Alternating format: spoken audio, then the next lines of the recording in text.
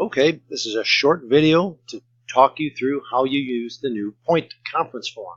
This is the new Point website. If you're not sure how to get here, you could always go to Google, type in Niles North Point, and get right there. First link will take you right there. So the conference form is under Student Resources, and you click the link right to the conference form, and it'll take you right here. One thing to note is that this page is only accessible to teachers and students of D219, so make sure you log into your email first. I'm already logged in, so when I get to this page, I'm just going to search for a particular student. I'm going to try 33333, submit that, and realize, oh my goodness, it recognized me. I'm signed in. However, this is not the person I want to do a conference form for. So it did validate this ID here, but it's not the correct student I want, so I need to hit the back button to try again. I realize this is the student I want to do a conference form, so that when I submit that, I see that form still recognizes that it's me who's signed in as the tutor.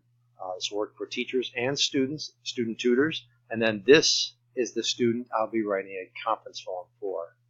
I'm going to choose the period here. I can type an 8 there. Let's see, no.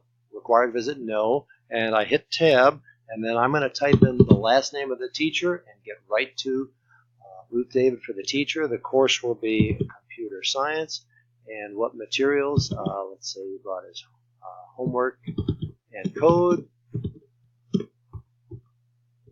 What did we do? We worked on coding. What is this student going to do afterwards?